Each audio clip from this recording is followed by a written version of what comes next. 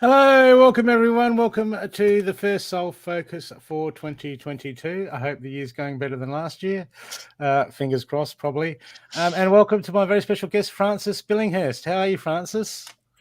I'm very well. Thank you very much, Brooke. How's your start to this year been? Good?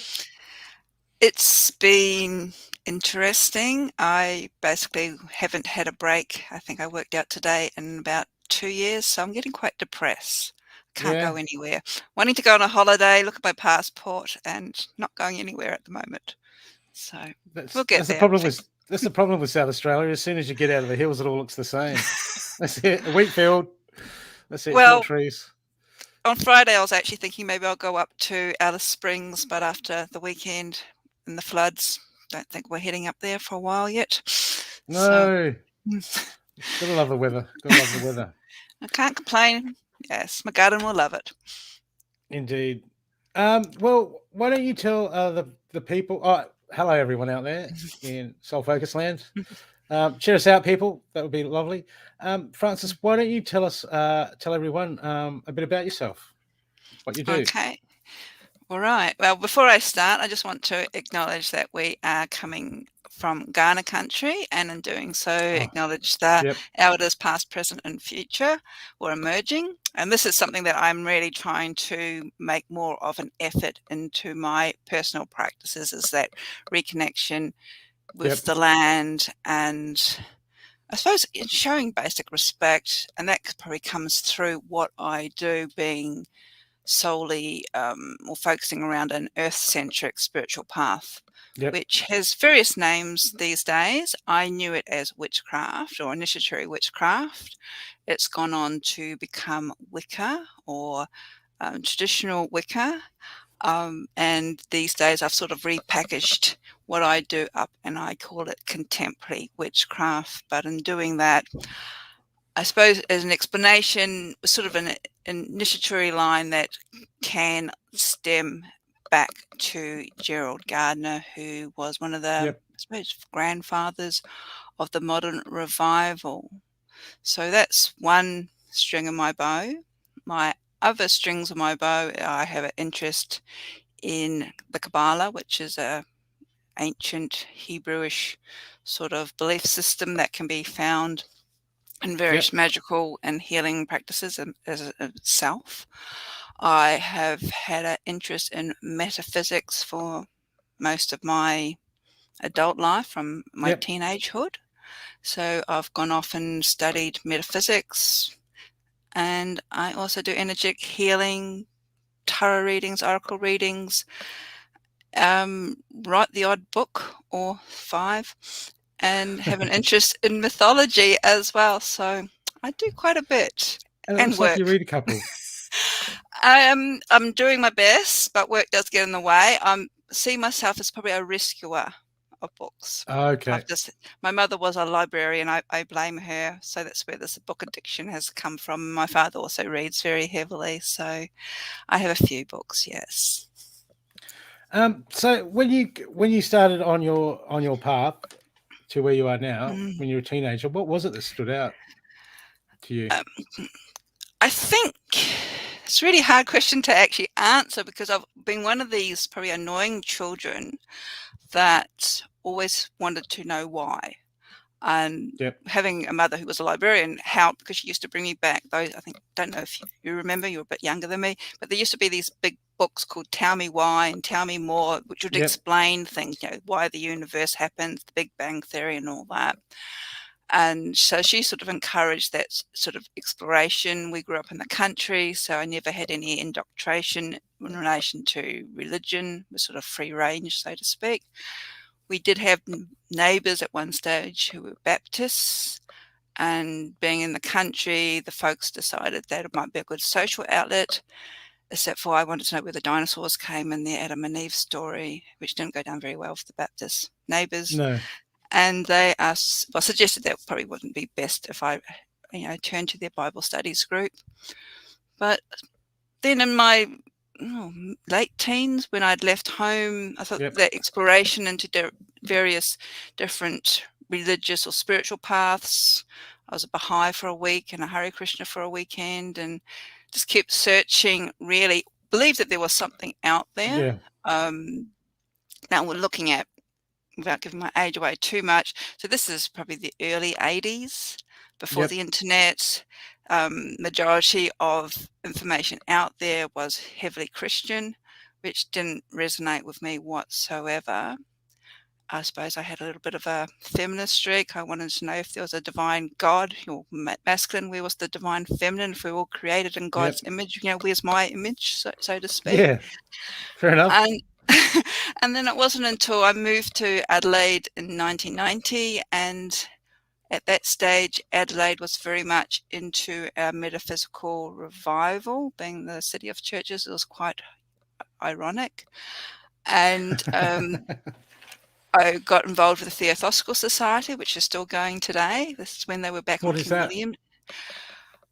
It stems back, they're on South Terrace. It's an organisation that stems back to probably the 18th or 19th century.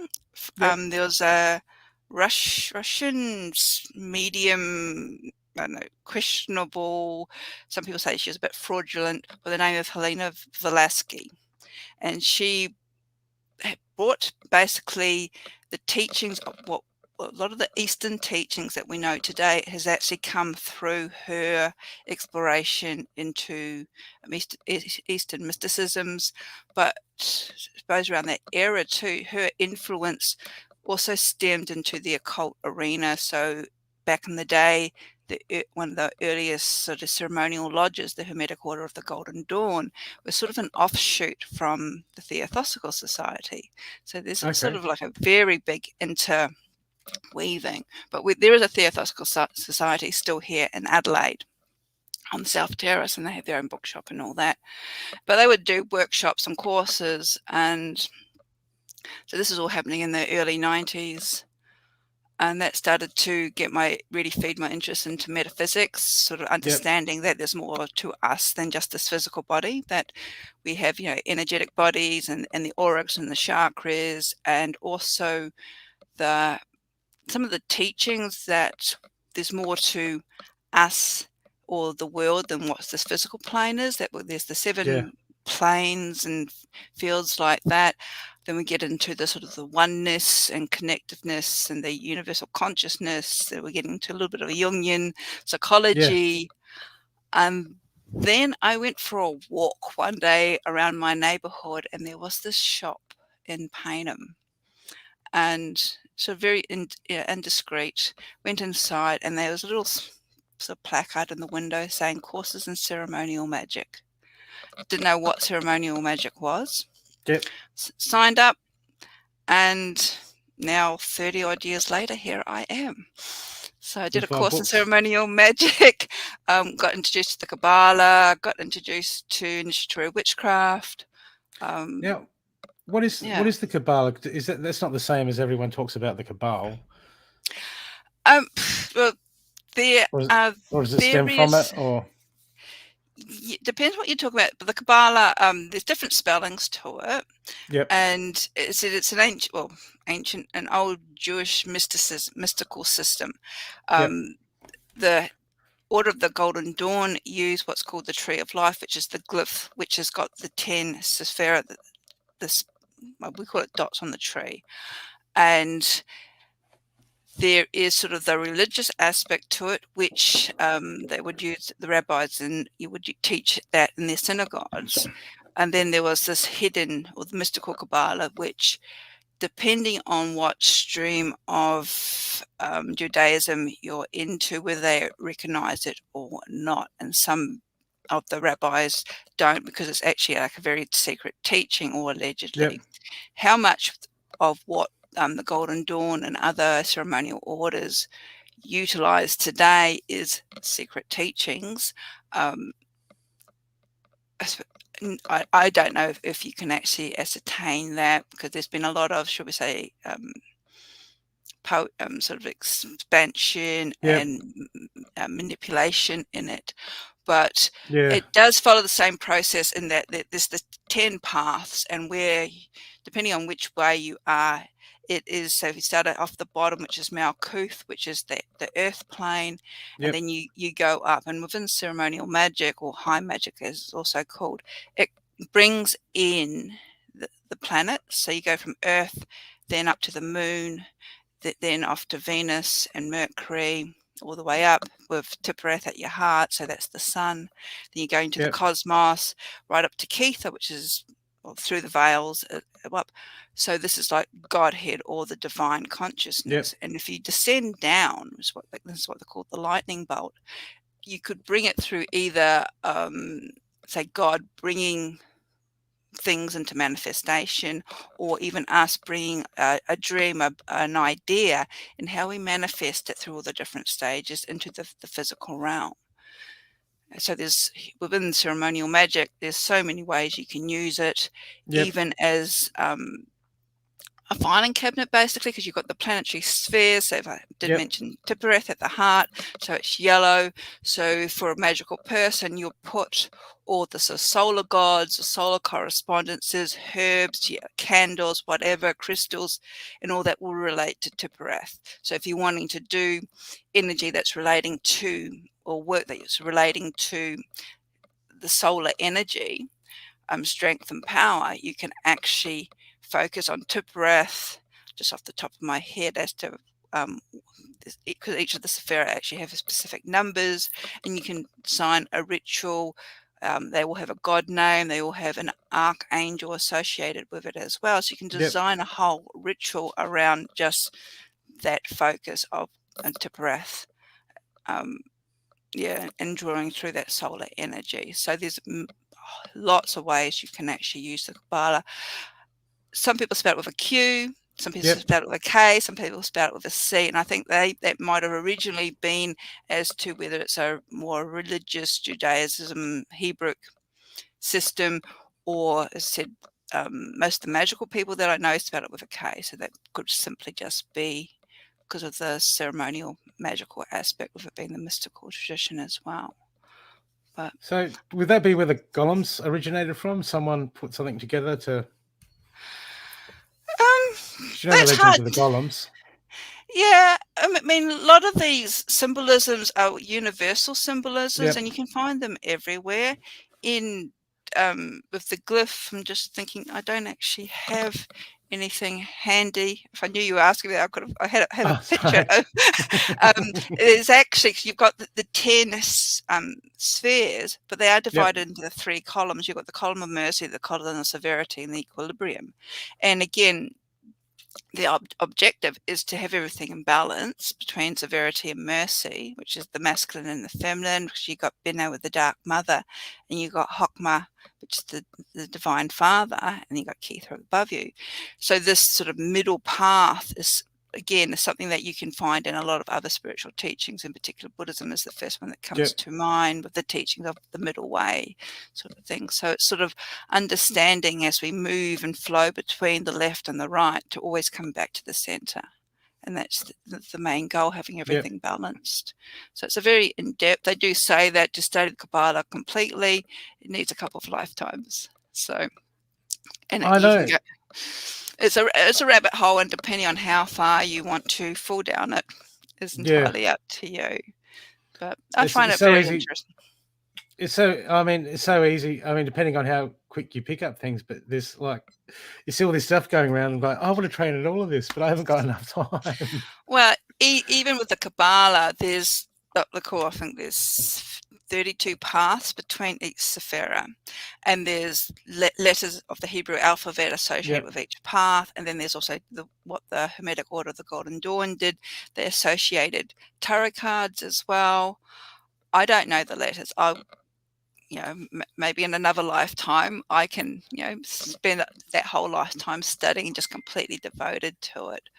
But I know enough to occupy and to interest me and to utilize it. Maybe when I retire, I can spend some more time in it. But I do find it fascinating because, as I said, I use it like a filing cabinet. And they do how I was taught it. We have the Eastern philosophies and Eastern teachings, but the Kabbalah is called the yoga of the West. So it's more for the yoga, for the Western mind, as opposed to, I suppose, back in the day with the Theosophical Society, with all the Eastern teachings, which are more geared for the Eastern consciousness, so Yep. to speak. But these days, there's a lot of sort of blending together, because there's a lot more information out there. Yeah, well, I guess like now we've got such, all the information at our fingertips. There's just so many. In those days, you'd have to go to a special, wherever you were. That's what you'd learn, and that's what you would do. Yeah. Very, very specialized. I think sometimes there's a bit of a sort of double-edged sword. We almost have too much information that's too readily available, and because originally a lot of this stuff was taught through initiations or a very slow process that you, especially like say the Hermetic Order of the Golden Dawn, if you approached a lodge, you were basically given one or two rituals and told to go away for 6 months to practice it. Yep. And that was to fully immerse yourself into not only the energy but also what that ritual actually involved. So you're getting into it in a really deep, immense state of it before you actually moved on to the next stage. These days, you can do workshops on a weekend and you get a certificate and you're off, I don't know, Grand Poobah or something or other. But to me, it's like you're almost missing that really deep immersion into it. But having said that, we also have a lot of more information available to us that could almost compensate on a certain degree, that our knowledge base as a whole is a little bit sort of more broader than what our predecessors may have been. Yep. So it's very, very interesting. So after you learned that, how did that start to affect your walk? Did that lead you on to something else? As I said, this group that I started getting involved with combined the Kabbalah, high or ceremonial magic, and initiatory witchcraft. So it all sort of blended very nicely together. We had sort of a more earth-centric aspect to it, which was the craft, and then we had the sort of higher, more celestial aspect, which was the Kabbalah, and also the high magic, working with archangels and higher consciousness and that sort of thing. And then in the background was my interest in metaphysics, which is all sort of different names for different things, so to speak. And from there, I suppose it just sort of opened up the doorways, or the dominoes just seemed to keep falling, that it's a never-ending journey. I went to England because I was studying Celtic mythology, and got involved with a coven in Wales for 9 or 10 months there. Danced around same circles, saw fairies and under the trees, had a lot of sort of interesting experiences, as you normally do in those sorts of environment. And it just sort of grew. My practice is very much ritualistic. I really enjoy that. My interest in mythology sort of helped me understand that, or become aware, I suppose, that there's more than us.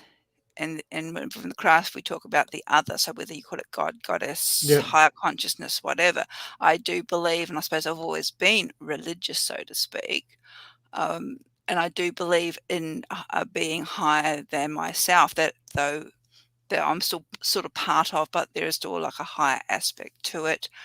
And my work these days is very devotional. So yes, I have this sort of issue sometimes about calling myself religious, but I suppose I am religious, and that I believe in a being or an other than myself. And that affects how I do my rituals. My rituals are very much focuses around honoring deity, or utilizing deity for guidance, for clarity.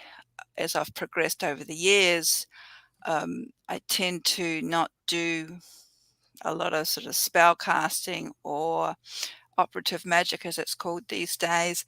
I prefer to sit and commune with deity, with this belief that, because if that channel is open, you are more sort of aligned to the universe, so to speak, or to the energy. So you attract what you need in your life as opposed to what you want. And it's that sort of like understanding the difference between wants and needs, I think, is the biggest lesson Yes. in any spiritual path. It's nice to have all these wants, but it's like, how much do you actually need? And in the last 6 years, my physical journey, took an interesting, should we say, clearing out. I was diagnosed with cancer, so I had to go through that sort of shedding process, which was a very interesting journey in itself. And I do think it was actually my belief in the other that gave me the strength to go through that, and the understanding as to absolutely why, and especially when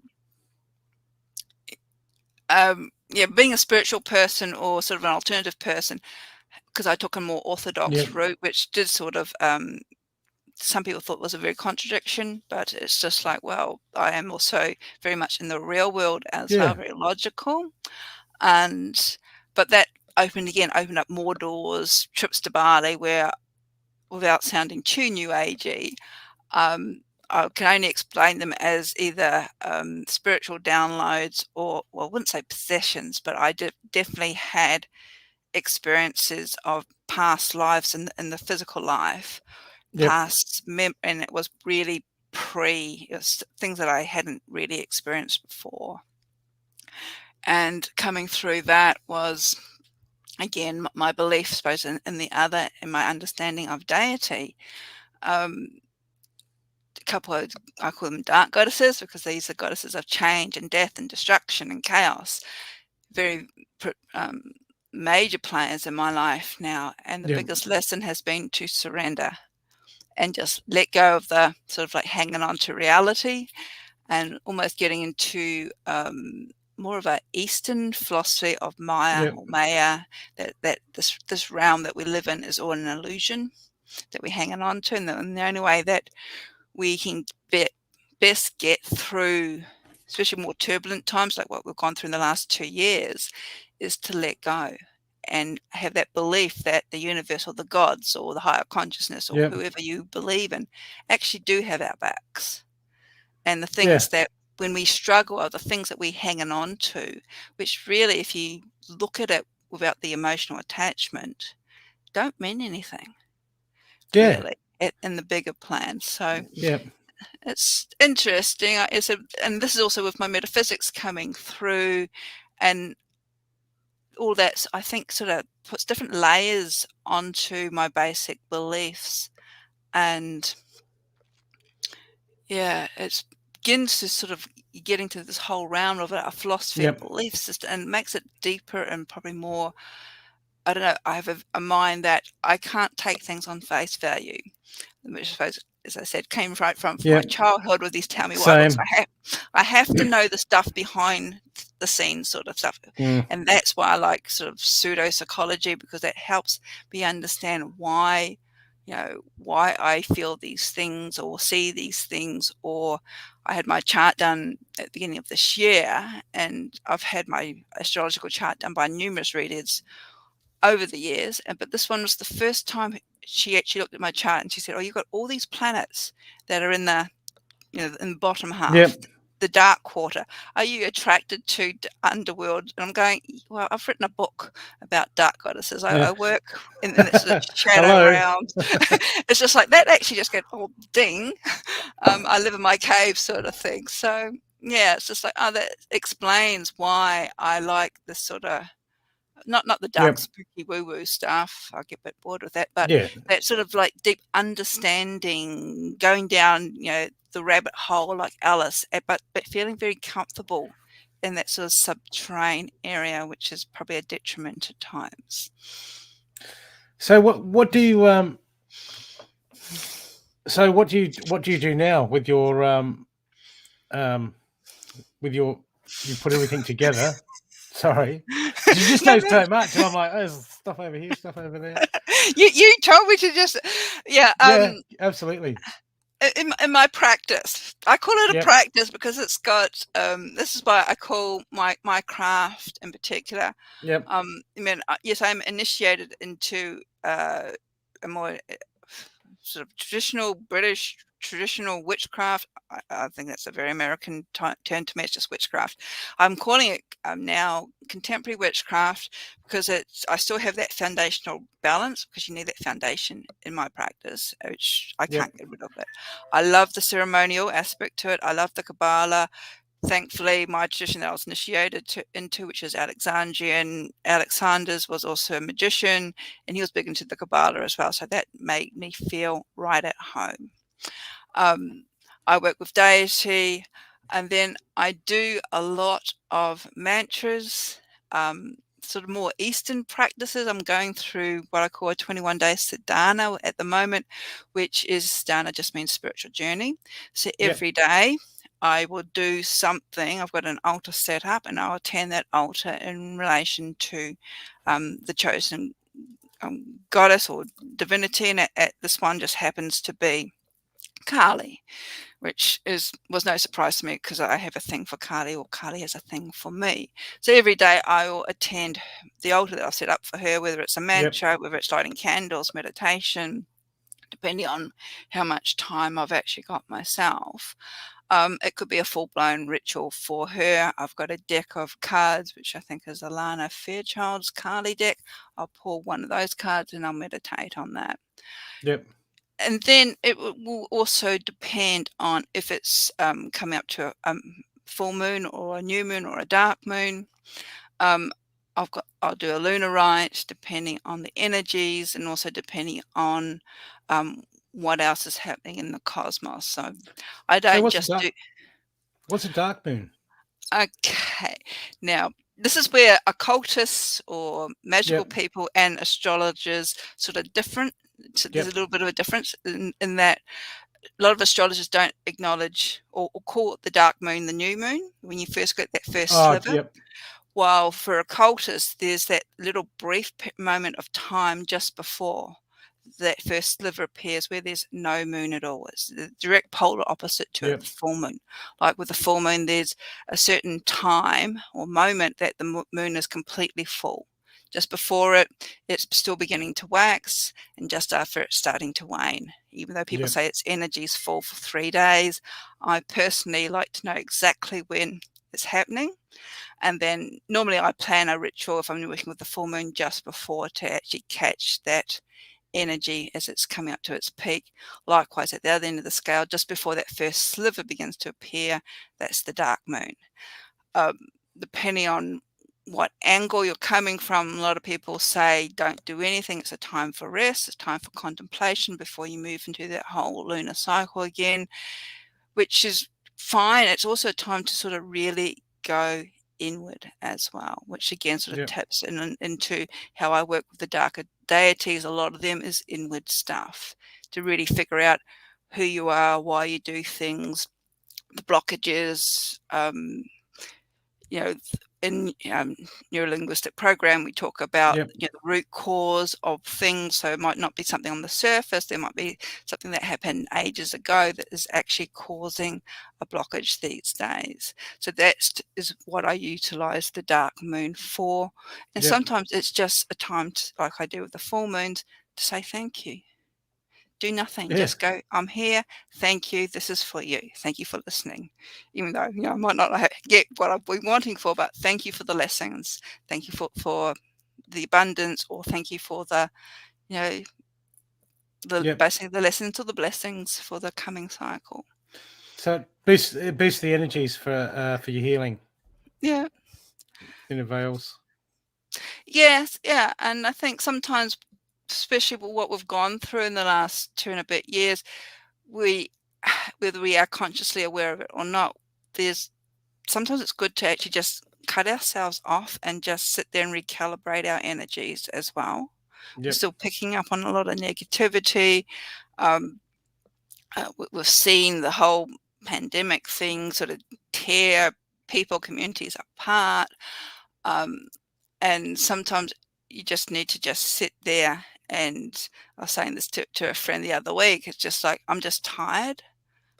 We were saying this earlier. We can't go into it. We can't plan anything. It's just like, I can't even go to Alice Springs at the moment. I can't, and it's just like, yeah, I know we have to, and to me, it's like we having to surrender to allow what's coming through. This is the age of the Aquarius that we've heard about for the last, I don't know, 30, 40 years, or cosmic alignments or whatever. There is definitely a shift happening, and we have to let go and surrender and just trust in the universe and bring it back to ourselves and be grounded, very much. Absolutely.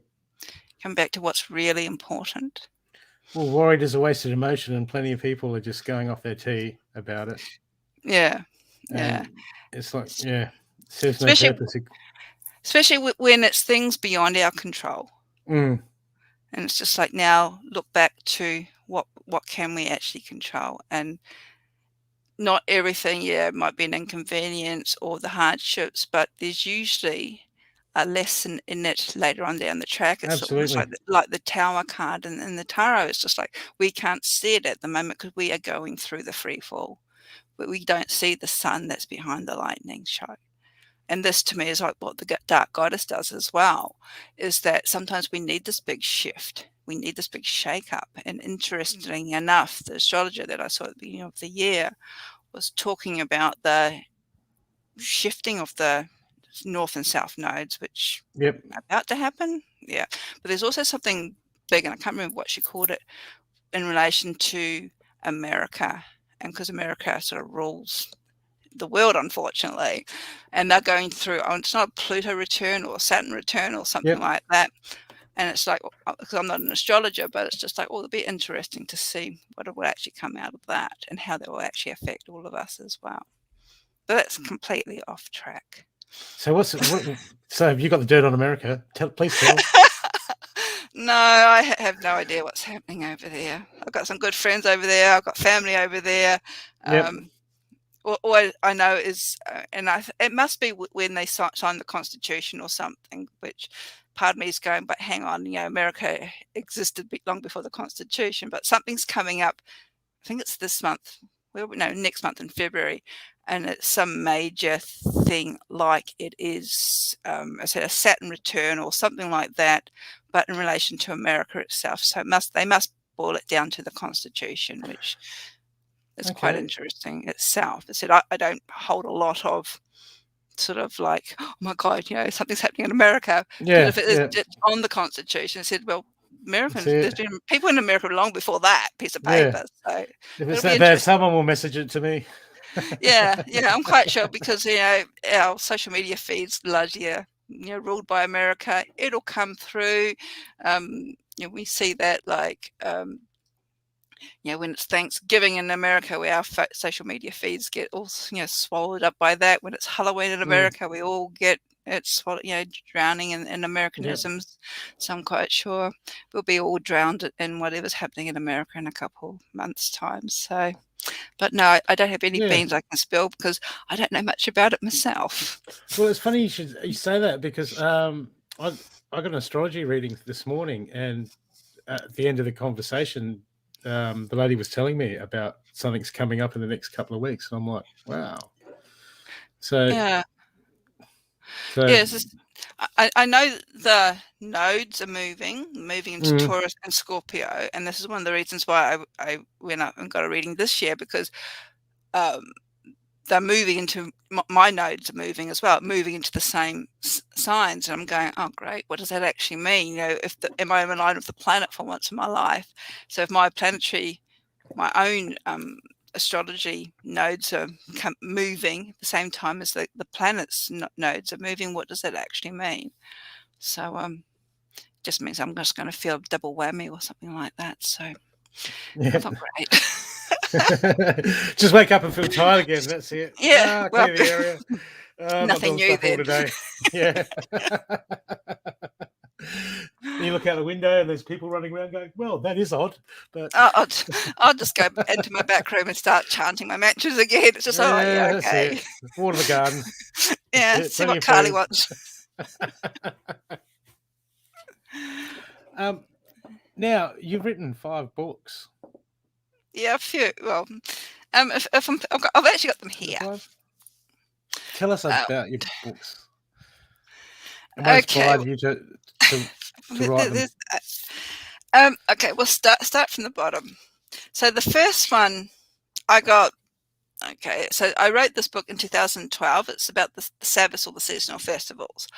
I was getting really sick and tired, and it's still one of the few books available today solely on the Southern Hemispheric Sabbaths or seasonal festivals, because I was getting annoyed or tired of most of the information out there being Northern Hemispheric Yeah. orientated, and we're seeing that in our social media feeds these days, where people don't know if it's Beltane or if it's Halloween, or can they do both? And these days, for It is confusing. so the first one was Dancing the Sacred Wheel. This is the latest cover of it. Yep. And so what I've done with this book, I've sort of started off with explaining the sort of where the Sabbaths come from, because they all come from the Northern Hemisphere, the folklore behind it. Then given examples as to my group at the time, as to how we celebrated them, when we celebrated them, examples of rituals or parts of liturgies we were using, to give people an idea. So it's more sort of a workbook to help people start to look outside of their bookcases and seeing what's happening around you, basically, and drawing your information from the earth around you, basically, especially in Adelaide, because our seasons don't line up perfectly with this 8-spoked wheel that, even though people sort of dish Gerald Gardner these days in relation to initiatory witchcraft, he's actually responsible, him and Ross Nichols, who is one of the forefathers of modern day Druidism, of putting these 8 festivals together. So that was the first book that I wrote. And then at the time, I was also writing for a magazine called Insight Magazine, and that folded a number of years ago now. So I had a regular column in that magazine, so I pulled all the goddessy articles out of that, expanded them, and In Her Sacred Name is the result of that, which looks at the myths of 13 goddesses, and it gives you ideas to their stories and how to sort of develop a relationship and work with them. So all these goddesses have certain aspects that you use to work with certain things. Well, it's like Kuan Ying's in here. So there's some poems that talks about her stories, and then it gives you sort of like a mini little ritual that you could actually follow to help you connect with Kuan Yin. There's Durga's in here as well, who's a Hindu goddess, sort of depending on story, she's either a maiden or she's a mother, or she's the source from which Kali sprung from. So there's Durga's in here. What's else? There's Sifs in here. There's a few unusual ones as well. So it's just connecting with 13 aspects of the divine feminine. And then a friend of mine had a little bit of a whinge, which probably justifiable, saying, well, there's a lot of goddessy books. Where's all the god books? And I thought, where are all the god books? So this is still early 2000s. Yep. Yeah. So I put together an anthology called Call of the God. Oh, cool. And so this has actually got a collection of artwork, poems, rituals, essays from people all around the world. One of my favorite British bands, Incubus Succubus, Tony allowed me to use some of his artwork, and I was able to duplicate some of their lyrics in there. So it's a 300-odd page book solely on the god. And what was quite interesting was I also got a number of contributions from women. So we've got stories from both men and how they identified with the god, but also how women identified and worked with the god. Because when the book came out, I suppose the goddess movements, I suppose even today, is pretty large and vocal. And a lot of their work is almost, you can get the Dianic goddess movement where they actually disown the god, the divine masculine, altogether. In my particular form of the craft, we work with the polarity of divine masculine and divine feminine, so that's really important to us. So from there came last year. These books were all self-published, and then I got 2 published through Moon Books. The first one is Encountering the Dark Goddess, because I've been doing goddess workshops or dark goddess workshops since 2006. So this is sort of pulling that information together. And the artwork in there, if I can find a picture, is from a friend of mine, Sorita Basilis. And of course, you can never find a picture when you want one. And it's just, oh, here's one. So that's her take on Ishkagul. Now, Ishkagul is the dark goddess in the Inanna descent story, and though she's never been described actually in the text apart from having skin that's a lapis blue, she's often depicted as nasty, like a demon or a skeleton or pox-driven or something like that. But Sora Basculus saw her as this beautiful queen. And it's just like, yeah, that's really fantastic. So that came out in March last year. So that's been out for, coming up to a year. And then in August, Contemporary Witchcraft. So this came out. So this is basically based on the foundational practices that I was taught. And that's what the byline is, foundational practices for a magical life. So we're sort of moving away from books these days, which are all about spells, to the foundational practices, and a lot of them are time consuming and boring, but it's like when you're building a house, when you want to lay your foundations, you've got to do your soil testing first. You've got to prepare your ground. You've got to dig your holes for your drains. Then you've got to mix your cement or concrete. I always get those two muddled up. But you've got to put your powder and your gravel and the right amount of water together. Then lay your foundation. Then from there, you can build whatever house you want. And that to me is what people actually are lacking these days, is that they don't have those foundational practices. They want to go straight off to the operative magic, and there's nothing wrong with that. But to actually carry their spiritual practice through, you need basic foundational information, and that's in all practices. I keep going back to the same things. I've been doing this for 30 years. I've gone back to looking at my old metaphysical notes, going back over to the auras and the chakras. I'm going back to my meditation practices, my visualization skills, and that connection, because you never move beyond that. They are always there. And right at the beginning, when I was talking about the Hermetic Order of the Golden Dawn, one of the rituals that they would give seekers is the lesser banishing ritual of the pentagram, and they called it our foundation, or the basic ritual, because that underpinned everything else. And this is the practices that hopefully I've explained in there. And then the other books, so I decided to do my introduction. I've called it Wicca as opposed to Contemporary Witchcraft, because more people are familiar or call it Wicca. And again, this is just a little 60-page book as an introduction. So it's not a spell book. It's the book that, say, if this is a path for you, it's a book that you could give to your family or friends to explain what Sabbaths are, what's working with the moon, what it means by working with a god and a goddess, what some of the philosophies are, the ethics are in there.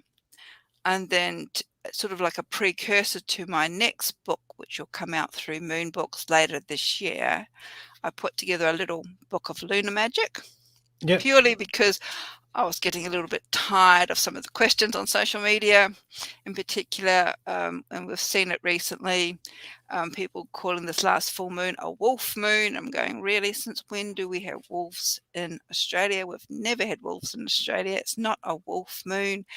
The names for these moons are not even Native American. That's a big social media foxpo. They're American trapper names. They do vary from area to area, and so there's no one size fits all again. So this little book sort of just talks about working with the moon, and a little bit more of the astrological phases of the moon, because that's what I use too. It's like with the full moons, I don't just, or the full moons, or say more, or of the new moons, I don't rush out and say, oh, it's a new moon. I'll manifest. It's just like, okay, it's a new moon. What else is happening? Is Mercury in retrograde? Is these planets conjunct? Because all of these things actually impact the energy of the moon that people overlook or aren't being taught. So it becomes a lot more specific in what you should be It is. doing. All last year, the majority of the new moons for last year, if you looked at the wider picture, I mean, so again, I'm not an astrologer. There are websites that I do follow, or astrologers that I do follow. If you look at all the other planetary alignments, and I think we had a few major ones of Jupiter and Saturn, the big malefic and big benefactor coming together. Yep. Every single new moon was all about release, not putting out your manifestations, not manifesting stuff. It was release. And when you think about it, in order to bring things into your life, you need to let go to make space. Absolutely. So otherwise, you're just going to keep going in the same cycle, which I suppose on a global level, maybe that's what we're still doing. We haven't actually let go. We keep looking back to our all pre-pandemic world. We want to go back to that, and it's just like, that's gone. That's gone. History. It's not happening. We need to look at what is happening, or in the future, and have a new. I really hate that word, a new world. I don't like it because it's sort of been hijacked by a lot of new age, different thought. Yeah, that just doesn't align with me. I shouldn't be too critical. So, and then another book I've got out is just A Witch's Circle, which I'm sort of keeping more as a training manual for my. Yep. So yes, obviously I don't have a life. I do a lot of writing. I do a lot of reading as well. And I think I've got to a stage now, again, I don't want to be too negative as to how people are learning, but it seems to me that there is a lot of learning through, which is very superficial. Maybe that's where people are at, without understanding why they're doing things. And maybe it's just me, because I'm one of those annoying people that really goes, you want me to jump? Why? How high? What's it going to do? What's it going to, what's the end result?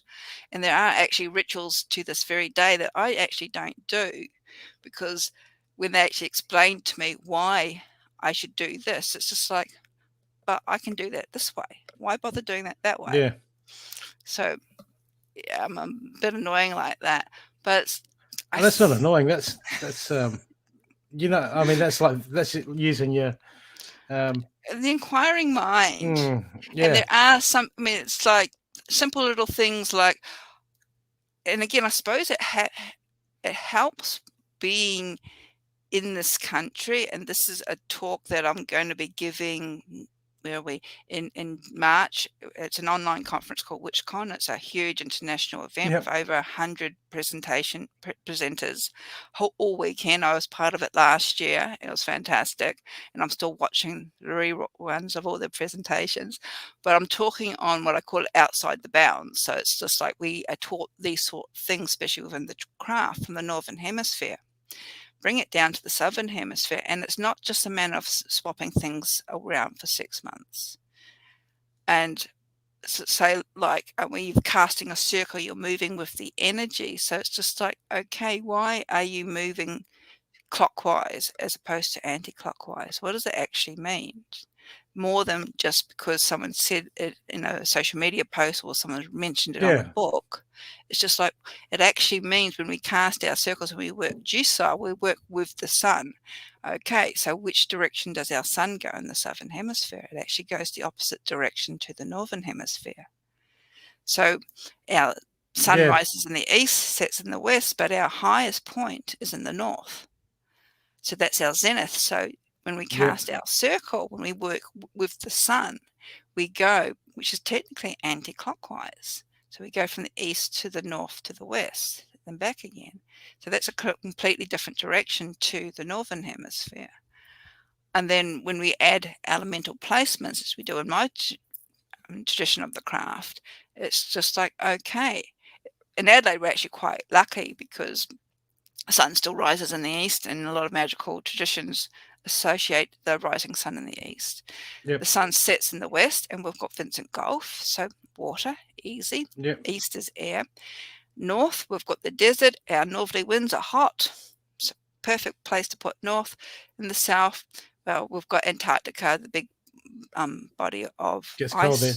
Yeah, southerly winds are freezing, so that's earth.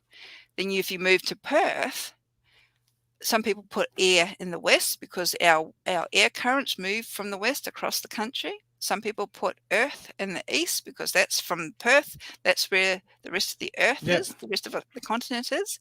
Yet if you move over to Sydney, to their east is Tasman Sea, so that could be water.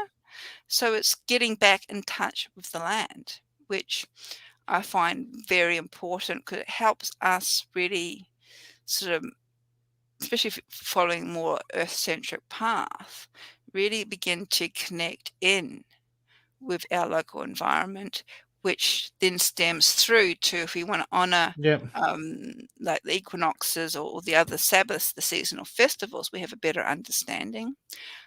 When we're coming to moon names, if we have to have a name for the full moon, well, I know November, I used to live in Walkerville, and if you know Walkerville, you know there's the jacaranda trees, and even if they're not native, in November, the jacaranda have their flowers out. So to me, November is always jacaranda moon. So if I got to have a name for the full moon in November, I call it jacaranda moon.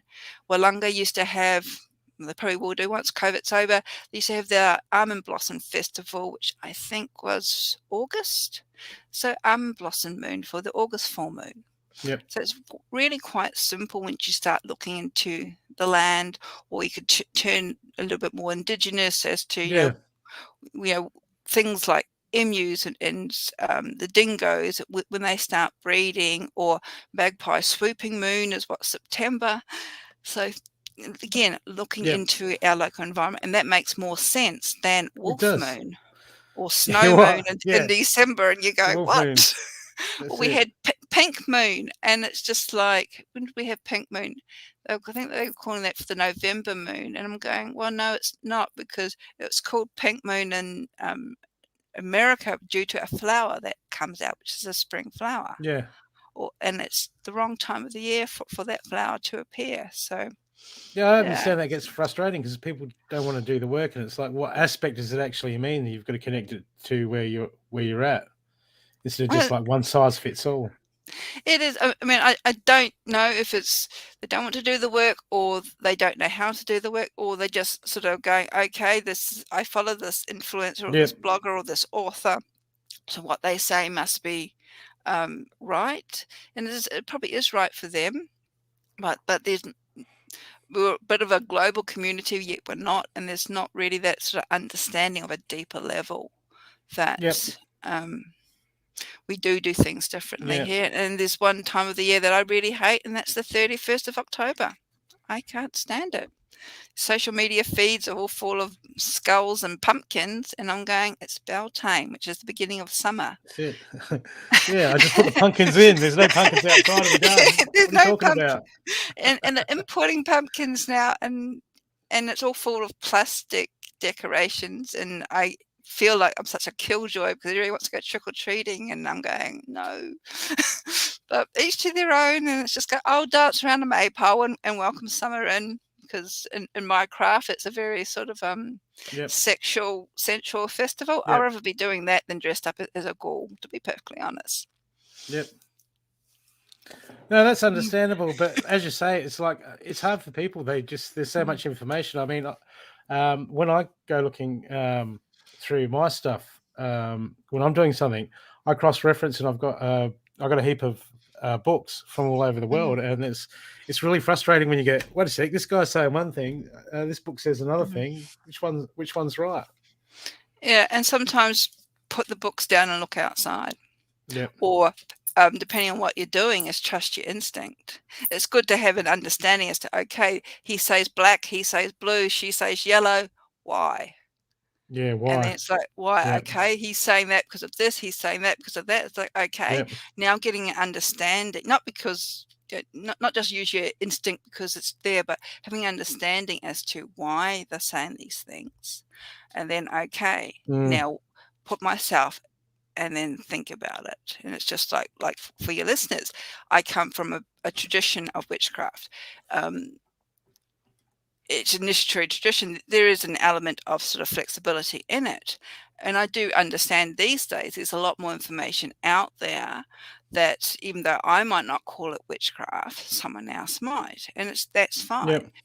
Everybody's entitled to their own practice, or if they want to celebrate Halloween in October, and even though I cringe, that's fine. Yeah. I'm not telling you you can't. No, it's you just can't. like if you just want don't call to, it a wolf moon on my watch. Well, I just sit there and go, okay, my question will come back and say, why? Yeah. So I'm that annoying kid. I want to know why. Why are you calling it a wolf moon? And they don't know, except for, oh, so-and-so said it. It's just like, well, okay, tell me why. And then it starts making you think. And that's the whole thing, I think, these days. We have so much information out there. We still have that, ownership for ourselves to think. And one of my earliest teachers said, ask questions and don't take anything on face value. Even the books. I might be doing this for 30 years. Doesn't mean that I know anything. I could change my mind tomorrow. I'm always open. And just because I've done it for 30 years doesn't mean that someone with 3 minutes information will say something and I go, oh, I never thought about that. Well, coming from different perspectives, and that's what makes the whole thing fantastic and ever-changing. Absolutely. I mean, there's some modalities that I was like, yeah, whatever. And it wasn't because it was whatever. It's just that at this point in time, I'd never experienced them. And then I got to experience them. I'm like, oh, cool. Okay, now I understand. Because I can't just have someone tell me, and then I'm like, yeah, well, that's the way it works. I've got to know it in my soul.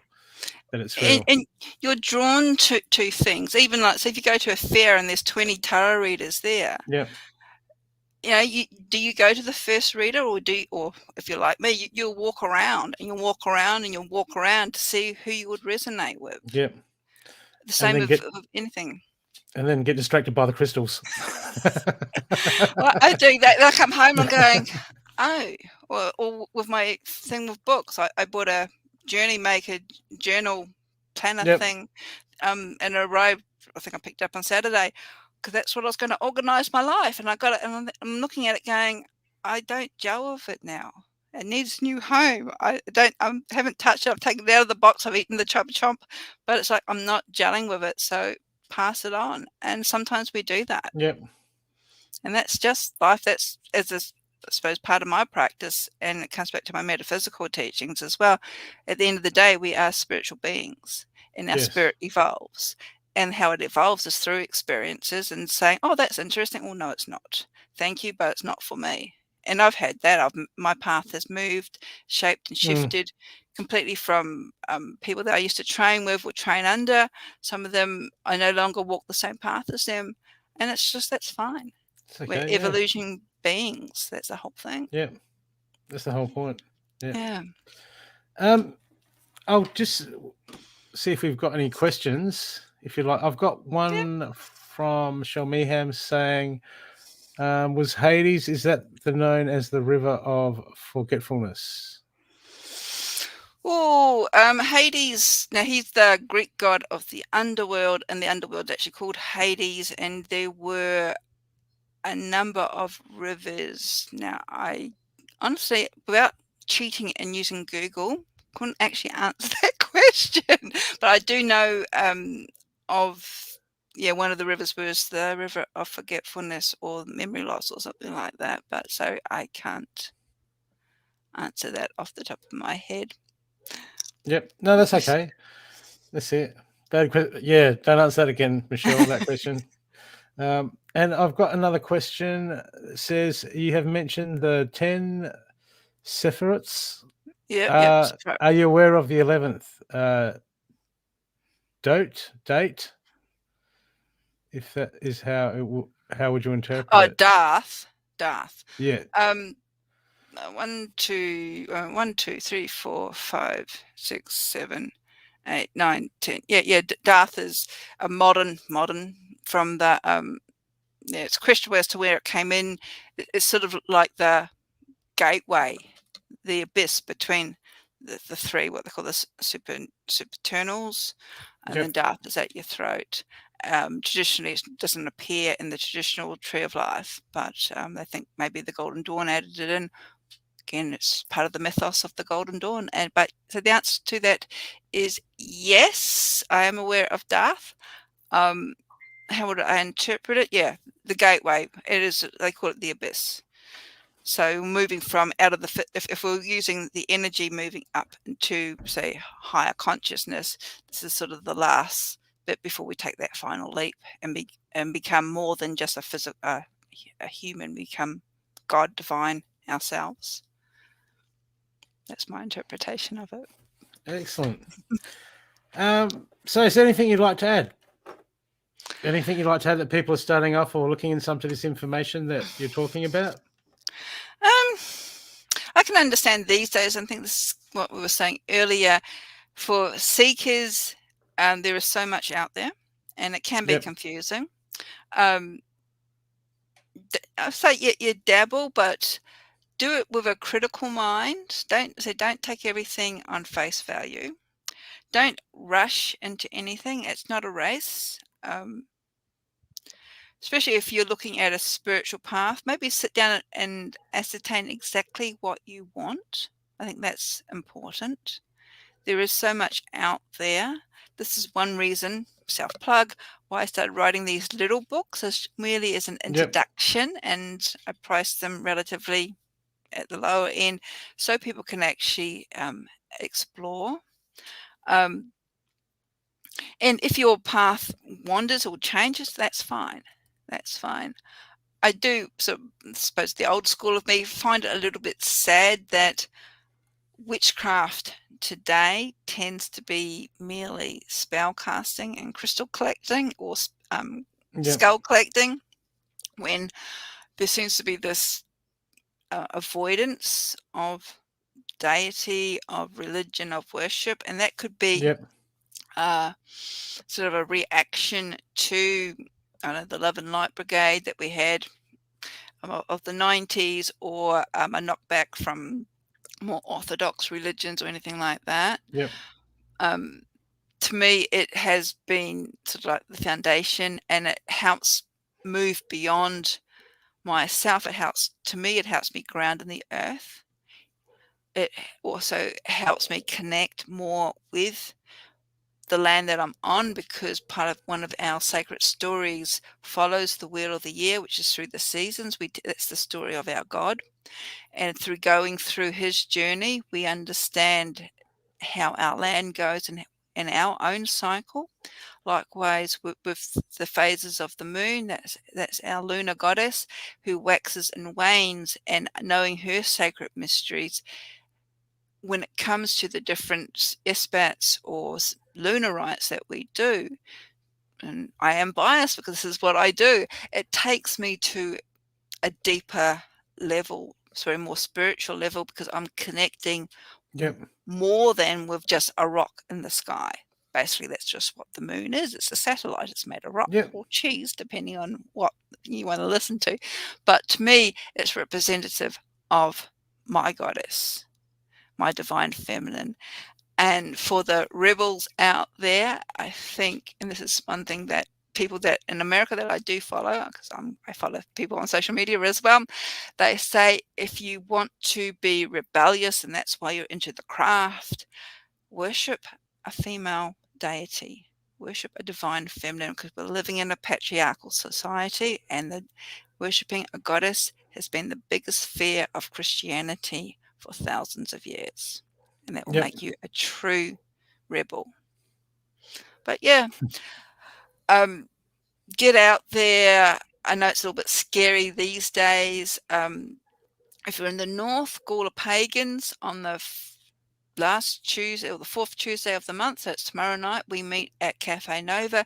We're just a very small group, and everybody's welcome to pop along at 7 o'clock. You'll find me at some markets. There's a big one coming up at Gawler in March. There's one down at Blackwood in a couple of weeks' time. I'm Yep. actually giving a little presentation on working with the Dark Goddess there. Oh, they're from Blackwood. Yeah. And yeah, the internet. I've got social media for Temple of the Dark Moon. I am having I wouldn't say a training circle, but a monthly meetup, maybe in March. Yeah, once a month if people are interested. I'm in Parafor Gardens, so you have to come out to the north. Just give it a go. And I think, and even if you want to remain solitary, that's fine, but you're going to have to move from the books to actually doing it, whether it's lighting a candle, learning how to meditate, grabbing a set of mala beads, running off a few mantras, just sitting and listening, watching the stars. That's your first step. Spirituality for me is actually doing.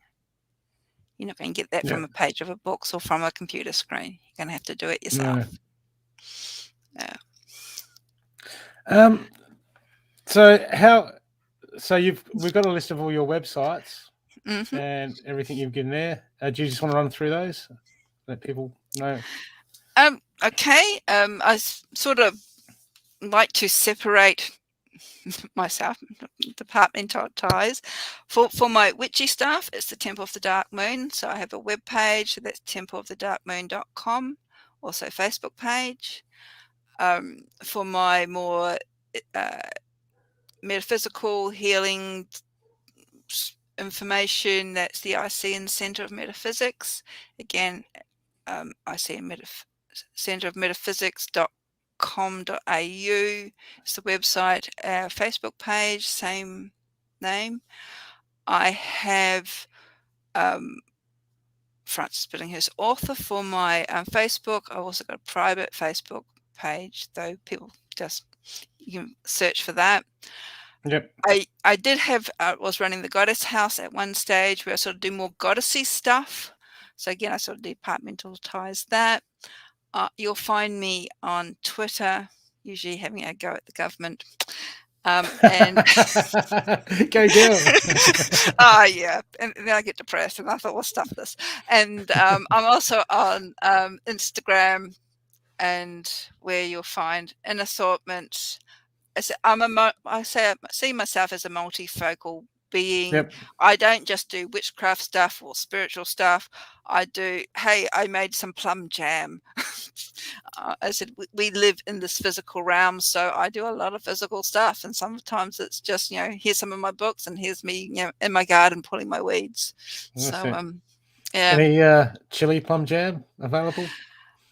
Not the chili, though. My plum jam, I call it my not so sweet plum jam, because I'm not a jam person, but it was either make the plum, pick the plums or feed the birds. And it's just like, no. So I just grabbed all the plums and thought, I'll just make jam. I don't know.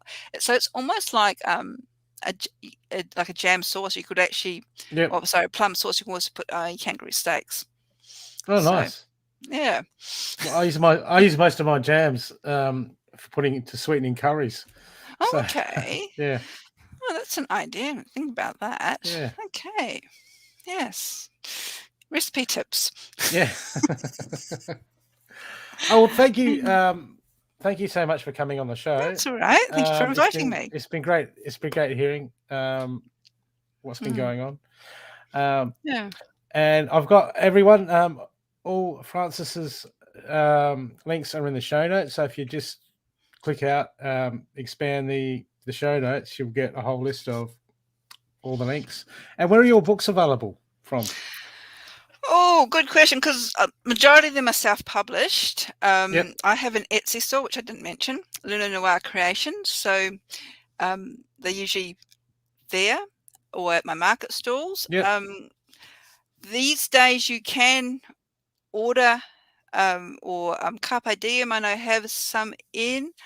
Magical Crystal Forest down at Christie's Beach can get them in. Well, most of them, because they are widely available with the distributors, they should be able to get them in. I'm hesitant to say Amazon because some people don't like Amazon. But if you go on, especially with these two, if you go onto John Hunt Publishing, which is the publisher, and go onto my author page, they actually gives a whole range of other outlets. But with the other ones, unfortunately, through me, Carpe Diem. Yep. There's Avalon by Nature, who's a lovely lady in northern New South Wales who helps stocks my books. Or is it LunaNoireCreations, which is my answer. And if you order from me, I can sign them as well. Yep. And you make more money. I do. And the money that I make goes towards the next book with the proofreading and charity. Still me. Well, so people don't realize that even with these books, I'm paying for the proofreading. It's not cheap, is it?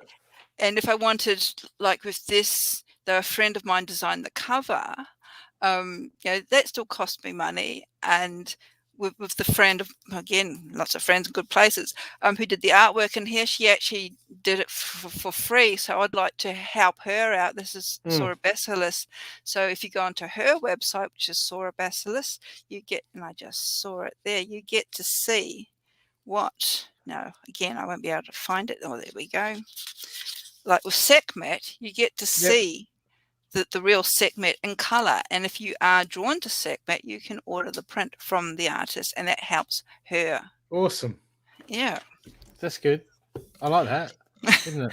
Yeah. So even with Dancing the Sacred Wheel, again, there was a local designer who designed that cover. I do like to try and help, people locally wherever I can. See, it's a very talented state, South Australia. It is, I think. Yeah, we shouldn't. We have a lot of sort of tall poppy syndrome or wishful thinking when it comes to the eastern states, but we really just need to value ourselves a lot more. Yep. Indeed. I was about to say something, and I'm like, no, I don't want to offend them all. We love you guys. Sydney, Melbourne, Queensland, lovely weather. Very good.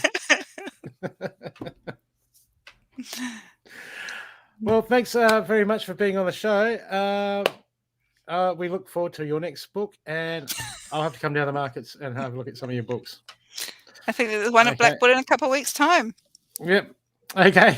Thanks, everyone, for coming tonight. See you later, everyone. Bye. Thank you. Blessings.